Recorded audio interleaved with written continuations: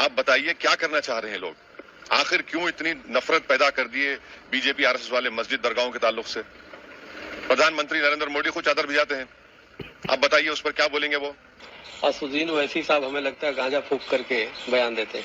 अजमेर दरगाह को लेकर शुरू हुए विवाद पर एआईएमआईएम के नेता असदुद्दीन ओवैसी देखिए भाजपा और संघ पर तीखा हमला बोला है।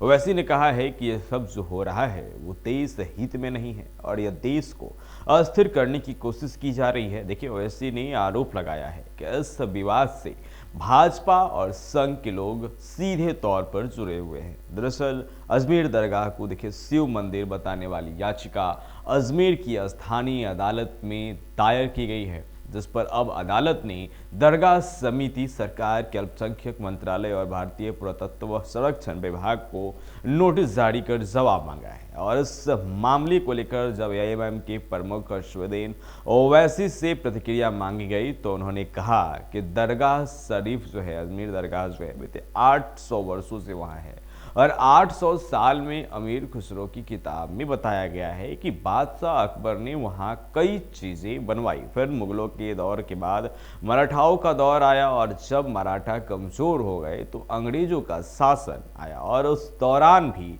देश के कई राजघरानों ने दरगाह की सेवा की। वही देश के प्रधानमंत्री हर साल उर्स के मौके पर वहाँ चादर भिजवाते हैं। हमारे पड़ोसी देशों के वहाँ आधिकारिक प्रतिनिधिमंडल आते हैं। वहीं आज अचानक से ये हरकत हो रही है। ये सब कहाँ जाकर रुकेगा? देखिए अब ये बात सुनकर स्वामी चक्रपाणी बहुत ज़्यादा भड़क गए हैं, गुस्सा में हैं। उन्होंने अपनी प्रतिक्रिया दी है और ओवैसी को कहा है गांजा फूंक कर बयान देते हैं। खैर आप सुनिए कि ओवैसी और स्वामी क्या कुछ कह रहे हैं।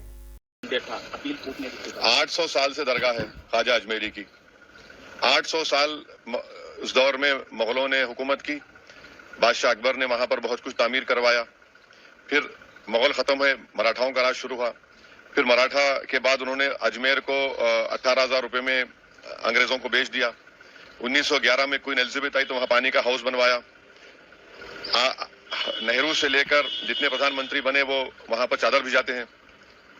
आप बताइए क्या करना चाह रहे हैं लोग? आखिर क्यों इतनी नफरत पैदा कर दिए बीजेपी आरएसएस वाले मस्जिद दरगाहों के ताल्लुक से?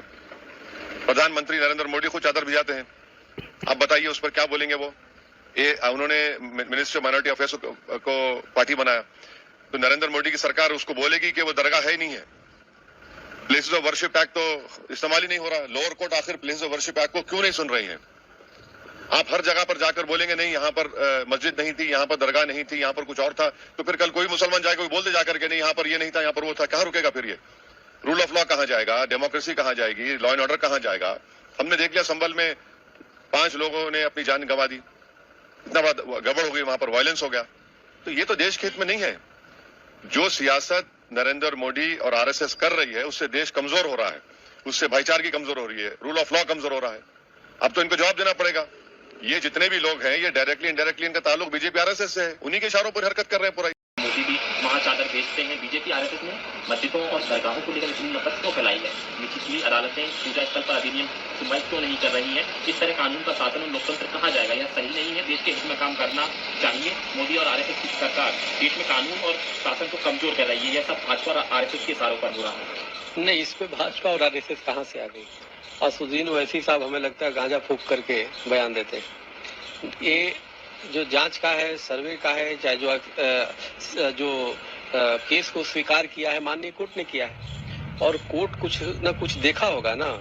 किसी का 50 साल से कब्जा है इसका मतलब ये नहीं कि वो चीजें उसका हो जाता है, क्योंकि मंदिर तो ऐसा स्थान है कि मंदिर हजारों साल पुराने अगर किसी का है तो उसमें देव की पूजा होगी, उसमें देवता की पूजा होगी, भगवान की पूजा होगी। तो जब प्रमाण है, जो डालने वाला है, केस डालने वाला है, तो उसके प्रमाण को कोर्ट देखती है, माननीय कोर्ट समझती है, तब जाकर स्वीकार करती है। तो ये जो तुरंत सरकार को घेरने लगते हैं, संघ को घेरने लगते हैं, अरे भाई आपको रखनी है बात जाके कोर्ट में रखो। तो असदुद्दीन ओवैसी जी खुद जो है न्याय से डरते हैं, क्योंकि इनके जो पूर्वजों के द्वारा किया गया, मुगलों के द्वारा पाप है वो सामने आ रहा है। तो इसलिए वो कहीं ना कहीं हताशा में है, निराशा में है, इसलिए वो मुस्लिम कार्ड खेलते हैं, विक्टिम कार्ड खेलते हैं।